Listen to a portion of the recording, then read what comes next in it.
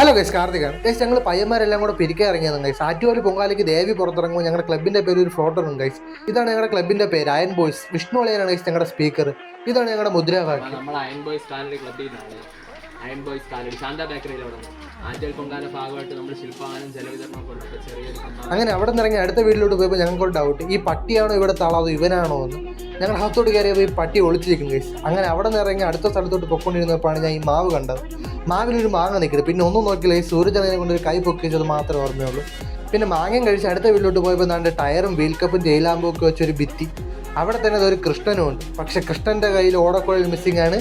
ആരെങ്കിലും എടുത്തിട്ടുണ്ടെങ്കിൽ തിരിച്ച് കൃഷ്ണനെ ഏൽപ്പിക്കേണ്ടതാണ്. പ്രസിഡന്റ് വെള്ളം വാങ്ങിച്ചിരുന്നില്ല ഗൈസ്. അടുത്ത വീട്ടിൽ നിന്ന് വെള്ളം മേടിച്ച് കുടിച്ചുകൊണ്ട് നിന്നപ്പോൾ അവിടെ ഒരു പുളിഞ്ചിക്ക മരം നിൽക്കണം. പിന്നെ ഒന്നും നോക്കിയില്ല, അതിൽ നിന്നൊരു പുളിഞ്ചിക്ക പറിച്ച് കഴിച്ചു. അയ്യോ, ഓർമ്മിക്കല്ലേ, ഭയങ്കര പുളിയായിരുന്നു ഗൈസ്.